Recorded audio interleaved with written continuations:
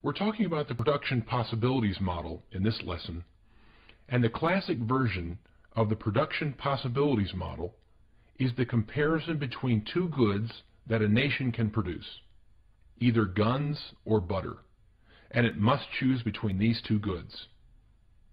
Now, famous people in history have used this analogy, including William Jennings Bryan, Margaret Thatcher, and even leaders in Nazi Germany.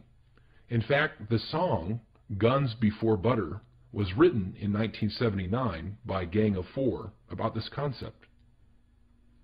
The production possibilities model is a visual model of scarcity and efficiency. It simplifies the concept of how an economy can produce things, using only two goods as an example. It's going to show us all the production possibilities we have between these two goods.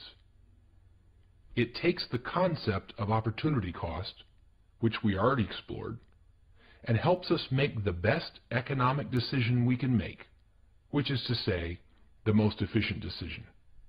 But there are some important assumptions that we need to talk about regarding the production possibilities model.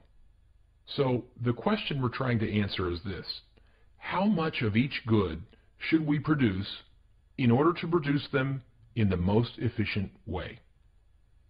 For example, how many term papers and cookies should I make to get the most efficient combination? Or how much corn versus how much beef should country A produce to be the most efficient? That's where the production possibility model comes in. There are three important assumptions involved in using the production possibilities model. One, resources are used to maximize capacity. Very important. Two, resources are scarce. And three, technology remains completely constant. We're trying to use our resources to the fullest, but we only have limited or scarce resources. We're also assuming right now that the technology we use to produce our goods isn't changing at all. So what are we really saying? If you're producing the right combination of two goods, then you're using your resources efficiently. Why is this important? Because it reveals to us all the trade-offs of changing our production possibilities. We can pick any 2 points on a production possibility curve and explain the trade-offs or the opportunity cost of producing different combinations of these two goods. For example, if our economy is producing cars and computers only, then we can choose to produce many different combinations of cars and computers. Since our resources are scarce, we can't produce as much as we want. But we can produce, for example, 0 cars or 10 computers. We could choose instead to produce 5 cars and 0 computers. Why are these two numbers different? Because in this example, these two activities have different production rates. And when we compare the production rates, we can speak in terms of opportunity cost, like this.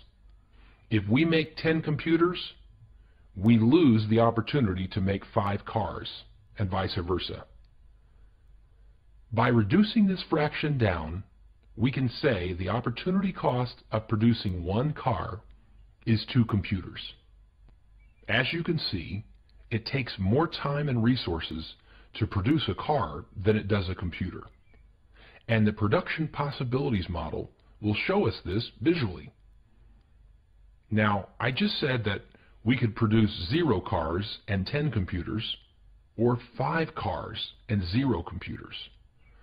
But there are many other production possibilities in between these two that we could choose instead. With our finite resources, we could choose to produce 2 cars and 6 computers, or 4 cars and 2 computers. Then again, we could say 3 cars and 4 computers. When you account for all the possible combinations given the opportunity cost of 1 car equals 2 computers, you end up with a line like the one you see here in this simple example. Okay, time out. I want to clarify something important. Although the production possibilities model shows a straight line in this example, in the real world, the production possibilities model is a curve. As you produce more and more of one good instead of another, the opportunity costs will increase because some of the resources in an economy are only capable of producing one